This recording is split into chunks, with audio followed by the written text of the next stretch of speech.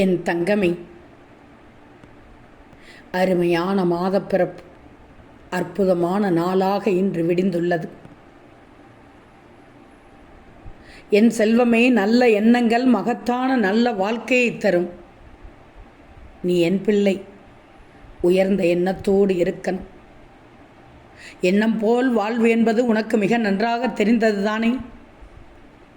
நீ எதை எண்ணுகிறாய், அந்த மாற்றம் கண்டிப்பாக உன்னுள் ஏற்படும்.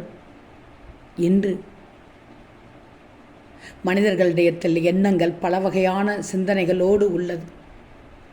நீ உன் மனதை எப்போதும் சந்தோஷமாக வச்சுக்கோ. இறுக்கமான மனநிலையும் இயந்திரத்தனமான செயல்முறையும் அதை விட்டு சற்று விலகி இருந்தால் நிச்சயம் உன் எண்ண குவியல்களின் நல்ல சிந்தனைகள் ஓட ஆரம்பிக்கும்.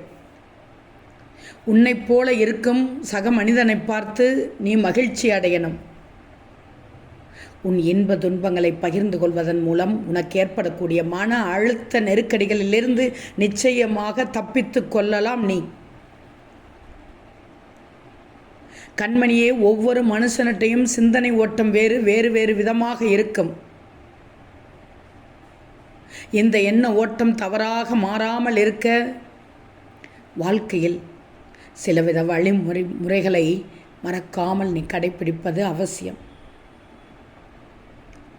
பக்கபலமாக இது இருக்கும். அதோடு மட்டுமல்லாமல் உன் எண்ணங்களை நேர்மறையாக மாற்றக்கூடிய ஆற்றல் இருக்கும். உன் எண்ணத்தை தான் எப்போதும் செயல்கள் பிரதிபலிக்கும். எண்ணம் நல்ல எண்ணமாக இருக்கும்போது அதிலிருந்து வெளிப்படக்கூடிய செயல்களும் பலருக்கு பயன்படக்கூடிய வகையில் இருக்கும்.